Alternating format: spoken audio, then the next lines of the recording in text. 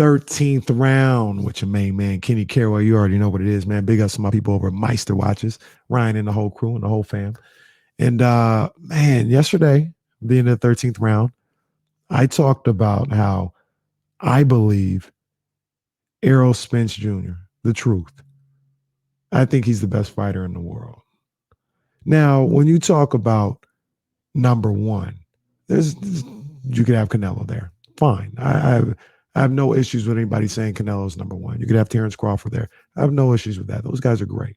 Hell, some people might even have Tyson Fury there. Anyway, now you need to calm down a little bit if you got him at number one. But I think it's Errol Spence Jr. I'm going to tell you why. And I'm going to tell you why I give him the nod over Canelo. I don't really get into all the resume stuff or anything like that, but a lot of people like to have that talk. So if we're going to have that talk, let's have it. Errol Spence Jr., in my opinion, has faced his peers at a high level numerous times in numerous different situations. You go down the list, you talk about Akel Brook going over to England to go get that belt, going into enemy territory in a hostile environment, 20,000 people in a stadium to go get that belt. He went and did that.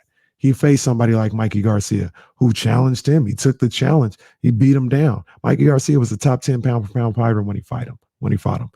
Sean Porter, he handled him. Once again, one of his peers that was a champion in his weight class, took them down. Same thing with Eudenis Ugas. Same thing with Danny Garcia.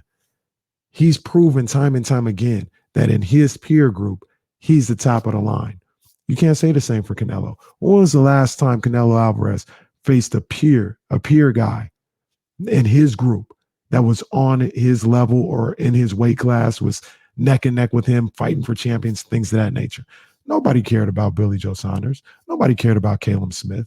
He went to a division that was weak and had a lot of guys that weren't good enough to be on his level. And he did what he had to do to be an undisputed champion in that division.